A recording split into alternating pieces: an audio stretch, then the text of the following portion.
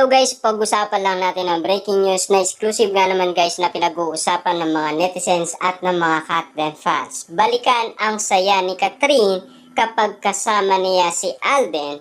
Ang sweet nilang tignan talaga, 'di ba? Yan kasi guys ang mga pinag-uusapan noon, ang bawat saya at ngiti ni Catherine Bernardo kapag kapiling niya si Alden Richard. Dahil simula nag-iwalay ang magjowa na sina Catherine Bernardo at Daniel Padilla, lagi na lamang malungkot si Catherine Bernardo.